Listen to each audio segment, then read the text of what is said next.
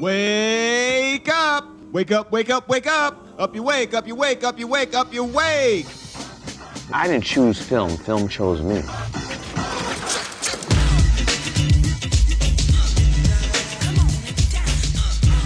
Everybody has their own calling, and these are stories I want to tell. People either come or they don't, as simple as that. Knock on wood, I will get a chance to continue to do that. Action. Danny? Danny boy? Describe what Marcellus Wallace looks like. In the Grand Budapest.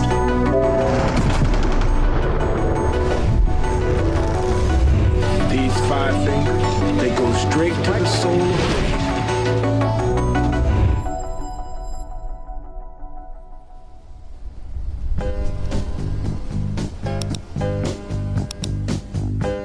Grew up here in the People's Republic of Brooklyn, New York.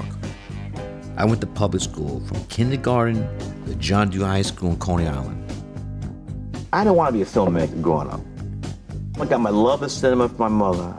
My father hated movies, so I was my mother's movie date. She was exposing myself and my siblings to the arts at a very young age. Before I went to film school, I had a teacher, his name is Dr. Herb Eichelberger, and he encouraged me to be a filmmaker and also to further my education. So I went to NYU.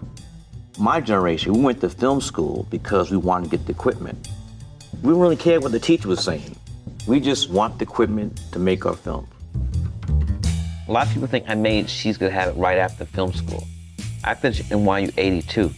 We didn't shoot She's Gonna Have It till summer 85. So for 3 years I was struggling, trying to get my first feature made.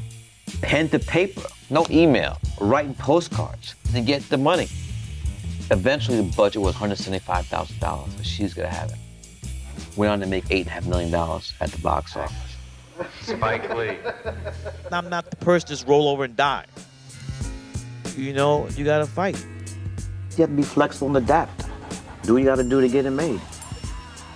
People forget, Do the Right Thing opened June 30th, 1989. Batman opened the same day. Universal Pictures is not gonna spend the money Warner Bros. Is gonna spend on Batman, so we had to find other ways. What are you gonna do with yourself? Make that money, get paid. Whether you're in film school or not film school, the issue is where you get the money to shoot, where you get the money for completion, to finish your film. And I tell people you just have to be inventive and you gotta look under every nook and cranny. The only reason I acted in She's Gonna Have It because we couldn't afford to pay anybody else. My birthday's May 19th. You know what that is? The 19th of May? Am I supposed to know? You're supposed to know. I'm supposed to know. Yes. Why? It was Malcolm's birthday. The 19th? Uh-huh. Of May? Mm-hmm. Yeah? That's cool. He was down by law. Warner Bros., when they wanted Malcolm X to be in 2 hours, but we said, hell no. We needed the time to tell the story of Detroit Red, Malcolm Little, all the way to Malcolm. It takes time. Do you know where you came from? What's your name? Malcolm Little. No. That's the name of the slave masters who own your family. You don't even know who you are. You're nothing. Less than nothing. Who are you? When we finally got it going, I knew, Warner Brothers knew, the Bond company knew that we didn't have enough money to finish the film. I gathered the courage to call up people cold. So I made up my list, these prominent African Americans. People were responding. No one I asked declined. So we continued to finish the film we wanted to make. For me, that was a great example of what could be done when we come together. There's no one way to do anything. And everybody has to find their lane. What might work for me might not work for you. I consider myself normal, whatever that means. Some people call me a freak. I hate that word. I don't believe in it. Better yet, I don't believe in labels. But what are you gonna do? There's not a law that you have to go to film school. Film schools cost a lot of money. And many people make the smart choice that I could buy a camera and lights and a whole bunch of stuff without paying tuition. Where you gonna go to school? Have you made a decision? God damn, you too? I already know what you about to say. This is about to be the most important decision in your life. No, that ain't what I was about to say. I'm gonna ask you. I'm just hoping that you ain't compromise yourself, son. There's nothing I could tell somebody it's gonna be like the golden trail and you're gonna find a pot of gold. That's just not the way this industry works. Make it work the way it works best for you. Quentin will sit there and give you a whole treatise on what this particular scene is and why he wants it in the movie and what that camera move is and who's a person that wrote something that was very similar. Spike knows what he wants to do, but he's hired you because he knows you know what he wants. Spike could go, you ready? You ready? You ready? Action. The people that make movies, I think they're very disrespectful to the intelligence of the American moviegoing audience. I think that they play down to the lowest common denominator. Anyone else here smarter than me? They just try to play the audience like they're stupid. And I think that's, when you do that, you end up making, $75 million bombs. That's what I have always enjoyed about Spike's films, is that I walk out of them, I don't feel like I've been treated like a 12-year-old. I feel like difficult, complicated issues have been presented, and I have to go away and think about them. For drama, you gotta have two people butting heads. And it elevates the drama when they're both right. Buggins out like, you, Sal. I'm tired of motherfucking Italians on the wall. Your livelihood consists of Black and Puerto Rican people spending money in your pizzeria. Don't you think it would be respectful to have some Black people on the wall?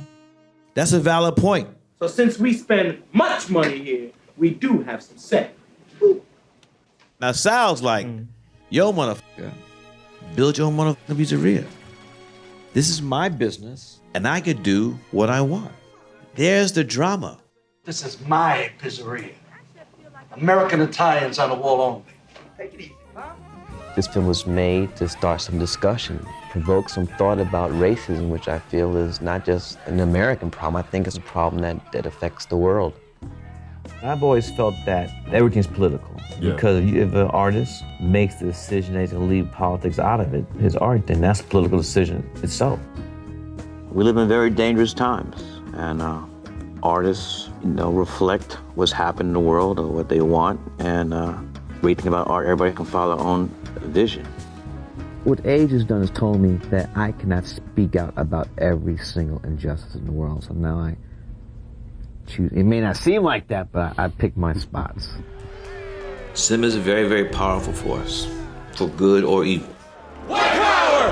White power! White power! White power! That's why we're here today in the name of Black Power. Black Power. Black Power. Black power! Black power! Black power! Black power! I think with a subject matter like this, it's too volatile to think that you're going to get a landslide of approval. I acknowledge that we were dealing with the very ugly part of American history, but nonetheless, it's not something that should be buried in the ground 6 feet under. I would tell my younger self that you have to be more patient with people. And you can't expect everybody to know how you think or what you know. And that is giving grace. The last minute you stop learning should be the last breath that you take. When I was in film school, I read a quote by Akira Kurosawa, one of the masters.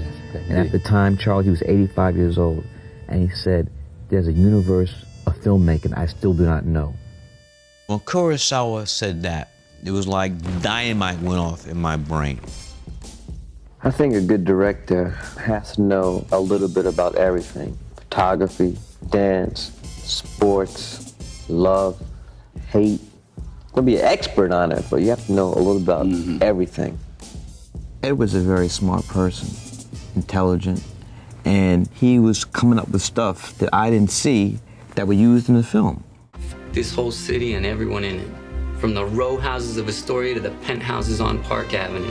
From the projects in the Bronx to the lofts in Soho. From the tenements in Alphabet City to the brownstones in Park Slope to the split levels in Staten Island. Let an earthquake crumble it. Let the fires rage. Let it burn to f***ing ash, and then let the waters rise and submerge this whole rat-infested place. I didn't feel comfortable with actors to my third film, was Do the Right Thing. In school days, Lawrence Fishburne was giving me directing. I'm glad he did it. I had not had the language. My greatest fear has always been to not be up to snuff with whatever that particular project was. I'm dedicated to getting better every time out. People are making more money in the arts than this ever happened in the history of civilization. But you have to put the work in. I mean, otherwise you're bullshit. You're shucking and jiving. You're not serious. Whatever you do. I've had students who are lazy, and laziness is something I really can't tolerate. Because with laziness, I think that speaks of a sense of entitlement. People really want to see the work you've done. I had to tell you, your work is just incredible, and I really, really love it. I want a hug. You gotta make films. People making feature films on their phones. You gotta make it and get it seen. If you're a director, you need to come out with the film. If you're a writer, you need to come out with a screenplay. If you're a DP, you need to come out with the reel. There's no such thing as an overnight success. You gotta bust your ass and don't take any shortcuts. If you're doing it to be rich and famous, that's not gonna be enough for when the hardship comes. So I'm very blessed because I'm doing what I love, and not that many people get to do that, to make a living doing what you love. Every movie is hard. There's nothing easy about filmmaking. It's hard to make a terrible film.